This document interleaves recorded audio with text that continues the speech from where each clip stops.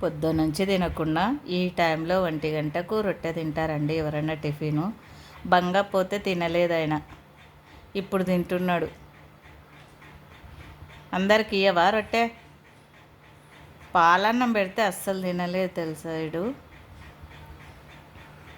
ఎలా తింటున్నాడు. రొట్టె అంటే ఇష్టం, చాలా ఇష్టం బాబుకి. మాకి ఏ కాలం పెద్ద మనిషి మళ్ళీ జన్మించినాడో కానీ మా ఇంటికి వచ్చినాడు. అంటారు కదా పెద్దలు, ఏదో ఒక రూపంలో వస్తారు మళ్ళీ కోరికలు తీరకపోతే అని. అలా వచ్చినాడు మాకు తారబాబు మా ఇంటికి. రొట్టెలు పొద్దు మూకులు రొట్టెలు పెట్టు, మధ్యాహ్నం పొద్దున్న రాత్రి ఒట్టి రొట్టెలు అయినా తింటుంటాడు. అంత ఇష్టంగా తింటాడు ఒట్టి రొట్టెలు.